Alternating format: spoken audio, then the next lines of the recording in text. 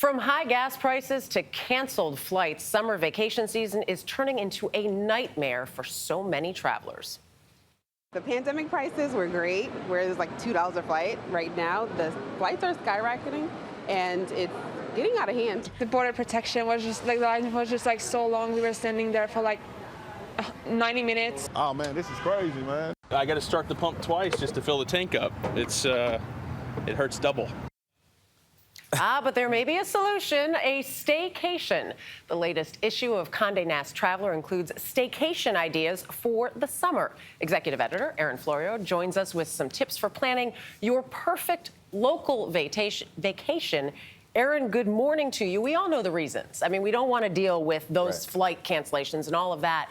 But you say if people are doing a staycation, they're kind of doing it the wrong way and not really focusing on that vacation part.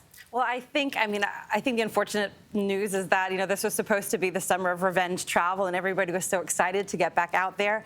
And now we've had to change our plans again. I think COVID taught us to be flexible, which is a good thing now. The important thing to remember is a staycation does not mean you're not having a vacation. There is a totally legitimate and great way to stay close to home, or in some cases even at home, and turn it into something that feels like you've gone miles away. You've really removed yourself from your daily life. Got to change it up at least a little bit. You do. So you do that in part by redesigning your backyard in a way that can feel fun and luxurious? Well, I think that's part of it. That's certainly part of it. There are so many great products out there for people to buy and sort of transform their backyard into this kind of like vacation paradise. Right.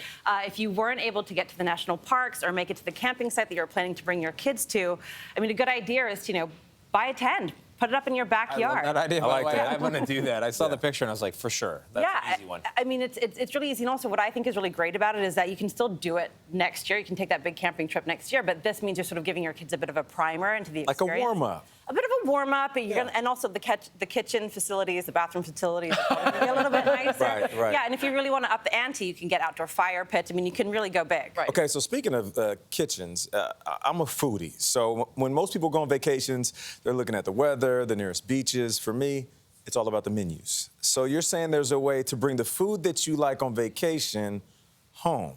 Absolutely. How? And I think it actually goes two ways. I think you can bring the food you travel for home to you, and I think you can also stay home and go a small distance and find the food that you would get on a plane for. So my first tip, I love this. I don't know if any of you have ever used Goldbelly. Yes. Goldbelly is fantastic. Greatest. What is it? I don't know what Goldbelly is. It's essentially like a restaurant delivery from the entire country, delivering nationwide. So let's say you had planned this great getaway in the Northeast, in New England. You couldn't make it this summer.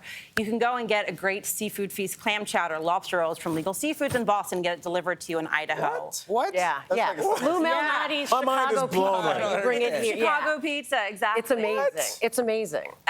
One thing I will say is obviously it's not going to reach you in an hour. You do need to plan in advance, but it can make you feel like you've traveled somewhere while you've been staying home. Also, one of the things you said that I like, hotels. Like, find hotel deals maybe around you, and that gives you that vacation feel. Yes. I think one of the most important things to making you feel like you're properly on vacation is actually getting out of your environment. Even if you stay in your hometown, don't stay at home.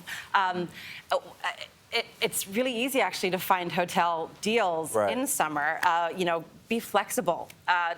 Don't think of a weekend as a Saturday and a Sunday. Think of it as a Tuesday and a Wednesday. You're going to find great deals. There are some hotels in New York City that are hundreds of dollars cheaper midweek. Another tip I always tell people is get on the phone and talk to the hotel directly. You never know what you might be able to negotiate when you get a human on the phone instead of dealing with a third-party booking agent.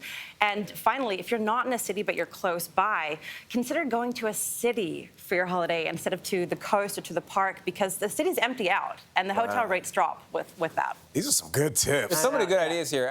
Just staying in your house. You spend so much time getting your house the way you want it, and then you leave it for your downtime. And you should spend your downtime in it. You and your spouse can take turns handing each other warm towels. And you kind of owe it to yourself too. Treat yourself a little bit, even if you're staying home. Right. Yeah, there's no place like home. That's what we say. Erin Florio, thank you so much.